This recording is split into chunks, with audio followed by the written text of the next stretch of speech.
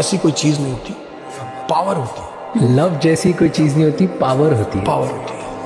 नहीं तो रिक्शे वाले को भी गुलाब मिलते यार वैलेंटाइन डे के दिन, उसका दिल नहीं होता।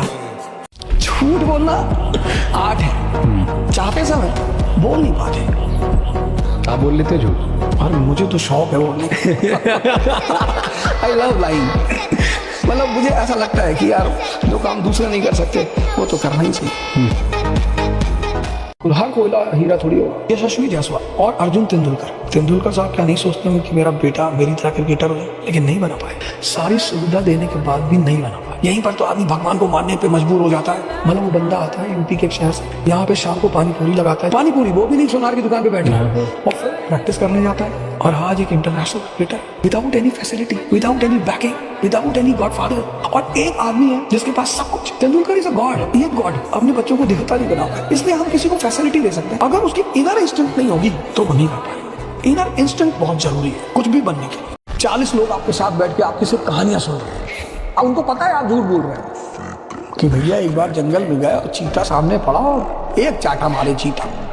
उसको पता है कि तुम कुत्ते को नहीं मार सकते हो चाटा, लेकिन लोग तुरंत उसमें से खड़ा होकर बोलेगा कि भैया हाँ पापा बता रहे थे जब आप पापा भी आपके साथ गए थे कि मैं झूठ बोल रहा हूँ, तुम काहे खड़ा होकर झूठ बोल रहे हो। उसको पता है मैं झूठ बोल रहा हूँ। ये काम करता है पैसा।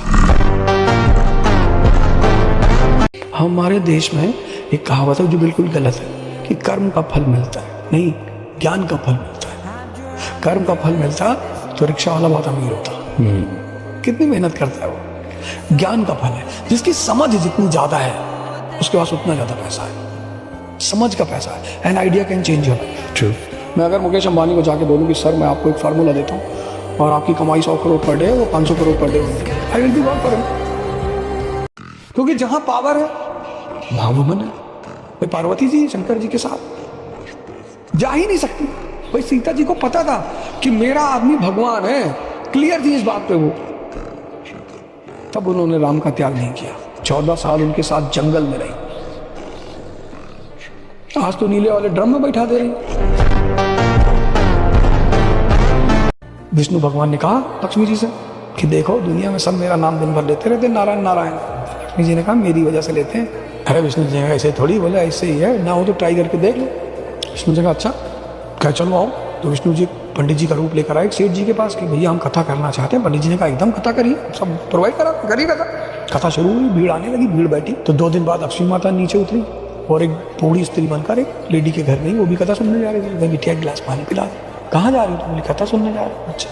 तो उसने पानी पिलाया तो जो गिलास था वो सोने का हो गया। अरे उसने कहा माता जी खाना भी हमारे यहाँ खा लो, बाहर में गई कथा तो खाना भी खिलाए तो वो बाउल वगैरह भी सब सोने के हो गए। उस औरत ने जाके बताया कि यार एक औरत बाजार में घूम रही है गाँव में, वो जिस खाने में थाली में खाना खा रही है सोने का हो जा रहा। आज हमारे घर आई थी, दूसरे दिन कोई औरत आई ही नहीं, सब उस बूढ़ी लेडी का इंतजार कर रही थी। वो 3-4 लोगों के घर और नहीं, उनकी भी ताली वाली सोने को गई। सेठ जी को पता चला, जो कथा करा रहे थे, यार ऐसी ऐसी कहानी है। तो बोले कहाँ है बूढ़ी माता? पता फला फला घर में आज बैठी। तो गए माता हमारे घर में नहीं है। बोले आपके घर पंडित जी बैठे कथा कर रहे हैं और जहाँ कथा होती है वहाँ मैं नहीं आती हूँ। अरे बोले माता जी कैसी बातें कर रहे हो? सेठ जी भागते हुए पंडित जी के महाराज आप जाओ, हो गई कथा। तो लक्ष्मी ने आके देखा ये जो नीचे नारायण नारायण चल रहा है ये मेरी वजह से चल रहा है।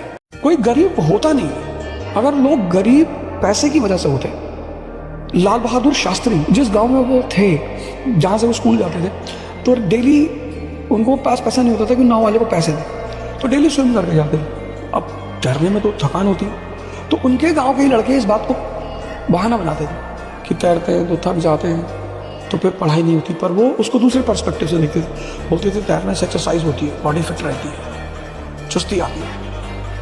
अब उसी एक चीज को गांव के 10 लड़के बहाना बना दिए, साहब नहीं तैर के पढ़ने जाएंगे तो नहीं पढ़ पाएंगे। एक आदमी ने उसको पॉजिटिवली ले लिया और पढ़ाई की साथ, and that person becomes prime minister of India. China का ऐसा क्या जो हमारे पास नहीं? उनका पहला सुपरस्टार है डॉक्टर sun Yat-sen 1912। उस आदमी ने कहा कोई पर्सनल आइडेंटिटी नहीं रहेगी, no caste, no religion, no region, कोई मेंशन नहीं करेगा। इसमें मेरा नाम अवध है तो ओनली अवध, नो ओझा। अब वहाँ सब चाइनीज है। अब वहाँ कोई ब्राह्मण नहीं है, कोई दलित नहीं है, कोई हिंदू नहीं है, कोई मुसलमान नहीं है। मैं आज यहाँ इस चैनल से सबको, पूरे भारत को कह रहा हूँ कि the coming time is going to be a very tough time, बहुत टफ, और चैलेंजेस बढ़ेंगी, स्ट्रेस बढ़ेगा, डिस्ट्रैक्शन, सब कुछ बढ़ेगा, और उसमें आपको ताकत चाहिए लड़ने के लिए। अब उस समय अगर आप ध्यान करते हो तो कितनी भी बुरी परिस्थिति हो, आप थॉटलेसनेस स्थिति में बैठोगे। अगर आप चाहते हो कि आप खुश रहो तो आपको दूसरों को खुशी बांटनी पड़ेगी।